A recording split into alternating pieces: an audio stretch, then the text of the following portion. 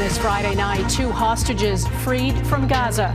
Hamas releases 2 Americans held captive for days. The push to release all the hostages. Jeff Semple is in the West Bank asking Palestinians if Hamas really represents them. Hamas, they are Palestinians. Their nuanced responses. Truckloads of life-saving supplies waiting to be allowed into Gaza, why they are still stuck. Plus, an international soccer legend hangs up her cleats. Every chance that a guy gets, I want a girl to get. Canadian Sinclair's incredible influence and her goal for equity.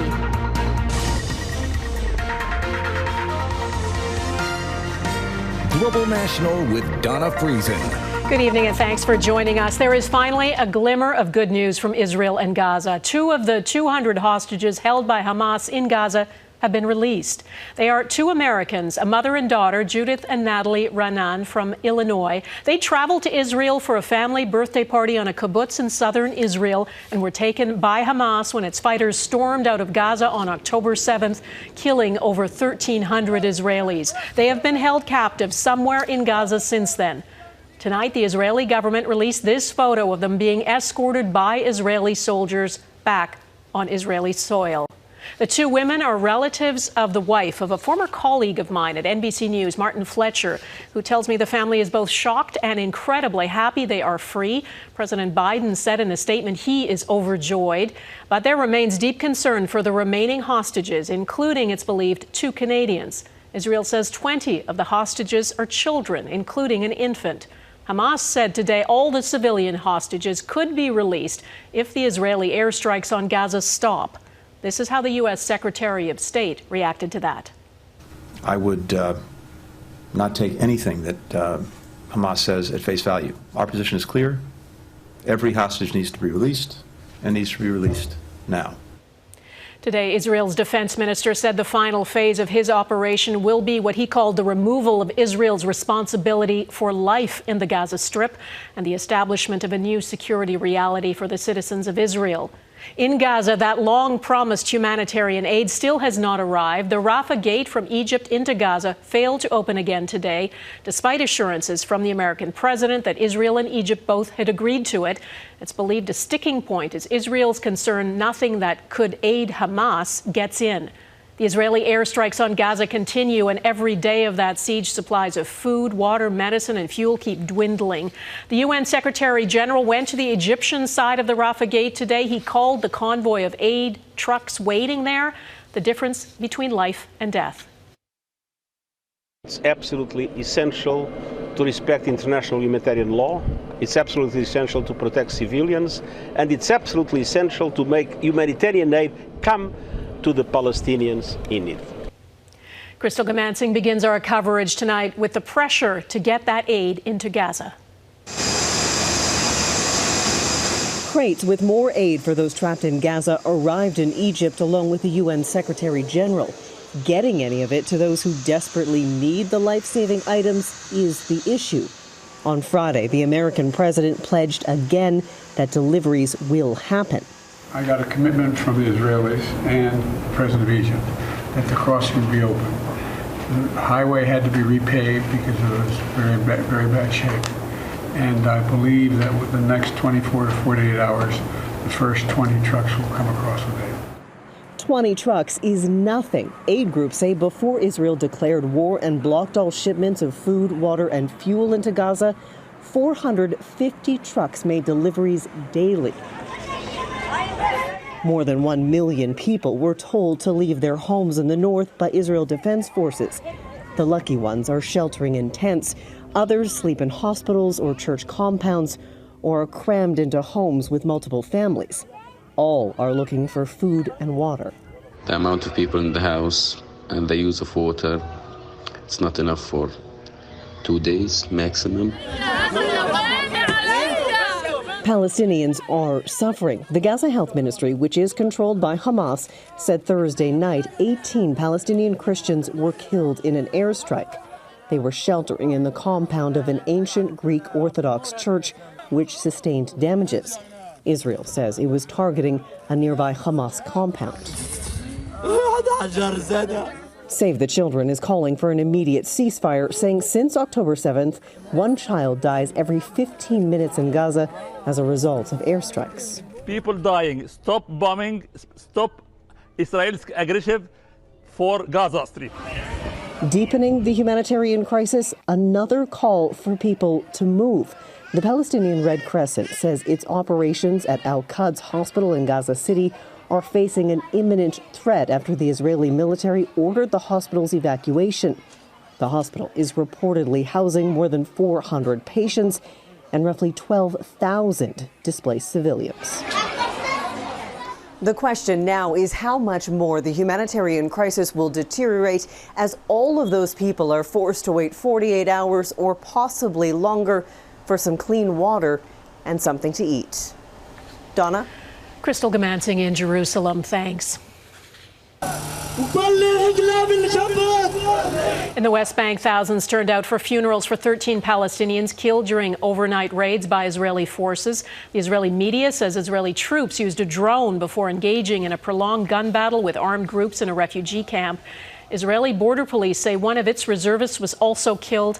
Tensions have flared in the West Bank since the siege on Gaza began. Over 80 Palestinians have been arrested, including Hassan Youssef. He is a Hamas spokesperson in the West Bank.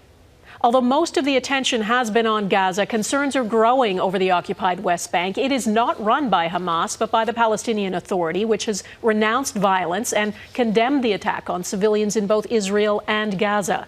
The surge in violence, though, is fueling concern the Palestinian territory could become the next front in a wider war. Our Jeff Semple and photojournalist Tim Lee were in the West Bank today. Palestinians in the occupied West Bank are no stranger to clashes with Israeli forces, but nothing like this. The result of an hours-long battle Thursday between Israel and Palestinians. The Israeli military even launching an airstrike. The Palestinian government says the latest violence brings to 75 the number of Palestinians killed here since the Hamas attack. I feel very furious. This Palestinian Canadian grew up playing hockey in Toronto before moving to the West Bank a decade ago. She says Canadians don't understand what life is like here for Palestinians. It's very hard because there are checkpoints everywhere. You can't get to anywhere without having Israeli forces stopping you, and that's something the world also doesn't see, is that we are all in a prison. As soon as Friday prayers ended, the demonstrations began. Palestinians in the West Bank angry and helpless as their friends and family in Gaza are bombed relentlessly. The bloodbath is taking place in Gaza. Israel says the bombing will remove Hamas and bring peace. Palestinians, both old and young, say that's impossible. They think they are doing this to make safe for themselves, to make security. No, there is no security for people. They're killing children. You have to avenge the lives of the people that died. What if someone bombed Canada? What would you do? Hamas does not represent the Palestinian people. Prime Minister Justin Trudeau says the Palestinian people don't support Hamas, but many here flew the militant group's green flag and chanted, "Hamas protects us." Hamas, they are Palestinians. They are a group of resistant fighters fighting for our people and our land. And when October 7th happened, everyone went crazy and oh my God, how does that happen to them? But they don't know that this has been happening to us every day, every day. So a smaller crowd has now marched here to the edge of the Israeli settlement of Beit Hill, which has been a common flashpoint of late. And just in the past few moments here, we saw one of those Palestinian protesters shot in the leg. Responding to Palestinians throwing rocks, Israeli troops shot 3 protesters.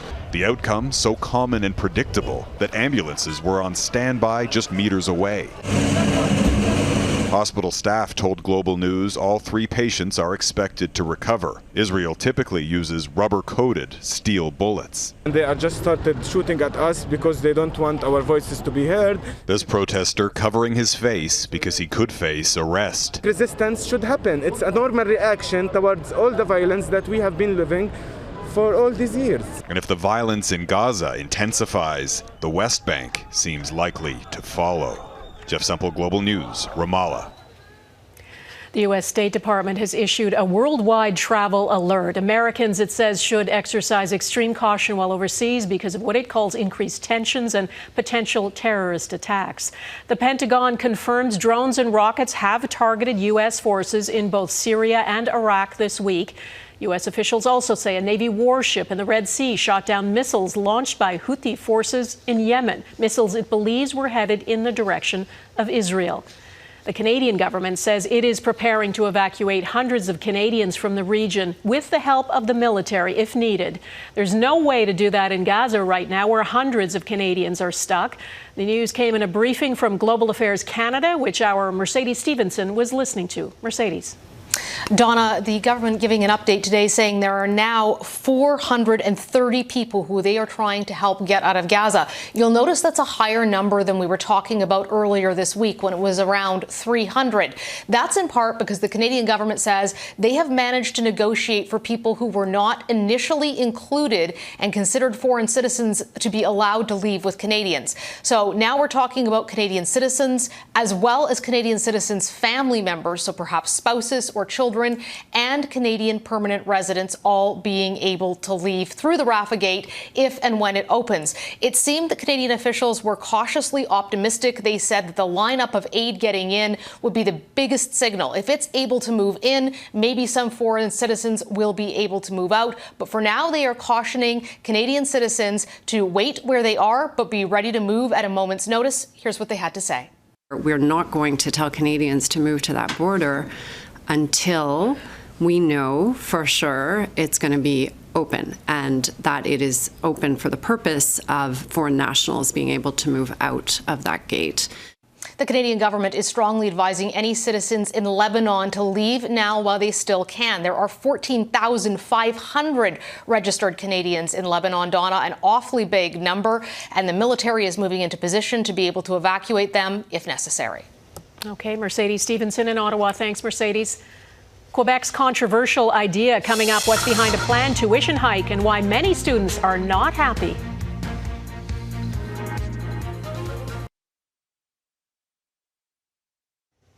The Saskatchewan government has passed what it's calling its Parents' Bill of Rights. It's a new law requiring parental consent for children under the age of 16 who want to use different names or pronouns at school. To get the bill passed, Saskatchewan's Premier Scott Moe used the notwithstanding clause, a tool used to override some sections of the Canadian Charter of Rights and Freedoms.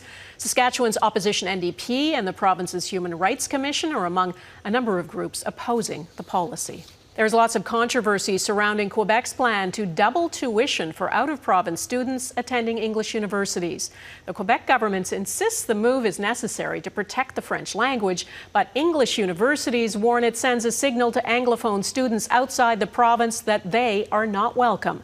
And as Touria Izri reports, one post-secondary institution is already warning it may not survive the tuition hike. Quebec has some of the best universities in Canada, but if you're a non-Quebecer who studies in English, your degree is about to cost twice as much. We're scrambling now. Clay Besendowski is from Dawson Creek, British Columbia. His daughter was planning on going to Bishop's in Sherbrooke, Quebec, until the bill skyrocketed. So that's an extra $40,000. That's a lot of money. We've put a fair bit of money away for her education, but that's just a huge bump to it. Quebec plans to jack up tuition fees to $17,000 for out-of-province students, up from under $9,000. The move will hit Quebec's 3 English-speaking universities, McGill, Concordia, and Bishop's. I've talked about a catastrophic impact. I stand by that. The potential impact of these measures could threaten the existence of the university. I am committed to stop the decline of French in Quebec. The Legault government says an influx in Anglophone students is causing that decline, adding Quebec is financing the education of people who return home after graduation. The Legault government has been generally pretty successful at playing with that identity heartstring. But there are warnings this time it will backfire. Quebec gets as many students from outside of Quebec as they send outside of the province. The business community says the proposed hike will cost the local economy hundreds of millions of dollars, while Montreal's mayor Valérie Plante fears her city will become a harder sell. This measure, what it will support is more people going to Toronto universities, let's be honest. The federal innovation minister is also warning the tuition hike will make it harder to recruit talent to Quebec, a province with one of the worst labor shortages in the country. Touria Izri, Global News, Gatineau, Quebec. The U.S. State Department and the British government say they're concerned about the departure of Canadian diplomats from India and expect India to uphold its obligations under international conventions of diplomacy. Prime Minister Justin Trudeau says the Indian government's move to revoke diplomatic immunity from 41 Canadian diplomats and their families violates international law. This is something that has far-reaching consequences for the diplomatic world that I know many countries are very worried about. The Indian government is making it unbelievably difficult for life as usual to continue for millions of people. Last month, the Prime Minister said there are credible allegations India's government was involved in the killing of a Sikh leader in British Columbia that angered India's government, which denies any connection. Still ahead, fears from Lebanese Canadians of Lebanon being drawn further into the conflict with Israel.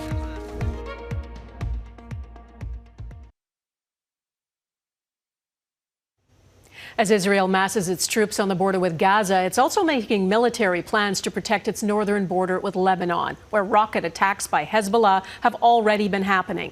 As Dan Spector tells us, that violence has Lebanese Canadians worried about their loved ones.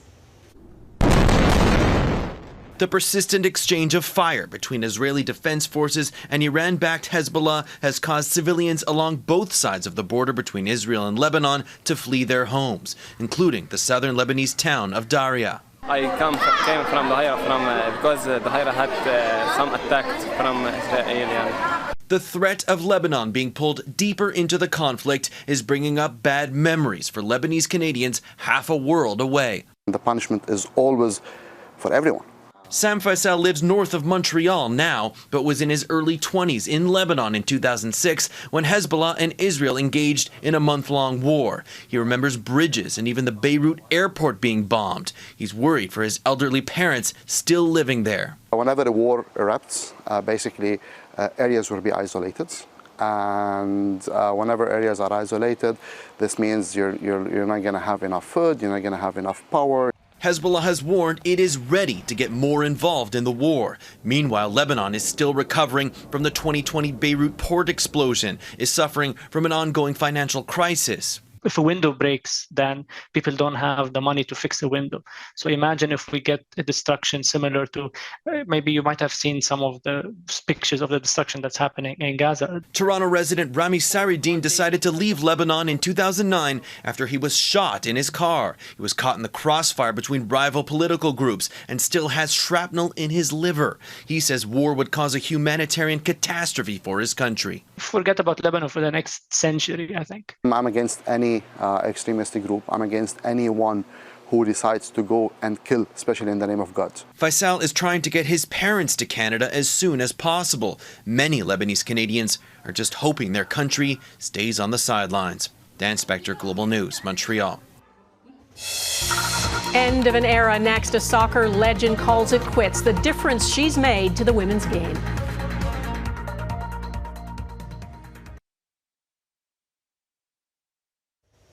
Canadian soccer player Christine Sinclair is 40 years old now, and she knew she couldn't play forever. Today, she announced she'll retire from international competition at the end of this year. I had the pleasure of interviewing her a few years back. She is as self-effacing as she is brilliant at the game, always talking about the team effort, not just her own. But the fact is, no one has had a bigger influence on women's soccer than she has. Here's Eric Sorensen. A defining moment can be traced to the Under-19 World Championships 21 years ago, when Christine Sinclair and her generation established Canadian women's soccer on the world stage. Sinclair became a goal-scoring wonder in college, in the pros, and in international play. By By the 2012 Olympics, Canadians had caught soccer fever, Sinclair leading Canada to a bronze medal. The winning goal scored by Diana Matheson. We're a unique country in that it is women's soccer that put soccer on the map first for us. And truly, I mean, Sinc is at the heart of that. Sinclair's goal-scoring feats would culminate with a goal that surpassed Abby Wambach for the most international goals ever. The closer she got to goal, the lower the blood pressure went, the lower the heart rate, and she was just so calm in front of the net. So calm that Christine Sinclair's goal scoring is unparalleled in the history of the game. 190 goals internationally, more than any other woman, and 63 more than the top-scoring men's player, Cristiano Ronaldo. 6 World Cup appearances, scoring in 5, ties a record for men and women. And of course, capped off with 2 bronze medals and Olympic gold 2 years ago. Sinclair was simply the face of Canadian soccer for 20 years. But as she told Donna, her bigger aim was to see equality for girls and women in the game. Equal to men. Every chance that a guy gets, I want a girl to get. We're moving in the right direction, but like at a very slow pace. Her legacy may be just as profound off the field, fighting for pay equity, taking her fight to Parliament Hill. At the community centre that bears her name, Sinclair is an inspiration to young girls. Like, I grew up watching her. I went to Vancouver and watched her when I was young. She's just been my idol for my whole life, pretty much. She, built a huge pathway for me, all of my teammates, and all these young girls that are coming up. Christine Sinclair posted today, "I am preparing to tie a bow on an unbelievable international career in the 90th minute of our journey." She put up a simple image, uncaptioned, hanging up the most prolific cleats in the history of international soccer. Eric Sorensen, Global News, Toronto. And that is Global National for this Friday. I'm Donna Friesen. Tonight's Your Canada is the Christine Sinclair Community Centre in her hometown of Burnaby, BC. The facility was renamed in her honour in 2021. She said back then her love for the game of soccer was forged on the fields right there. And the next generation is working hard to follow in her footsteps. Thanks for watching. Farah Nasser will be at the anchor desk tomorrow, and I will see you again on Monday. Have a lovely weekend. Bye-bye.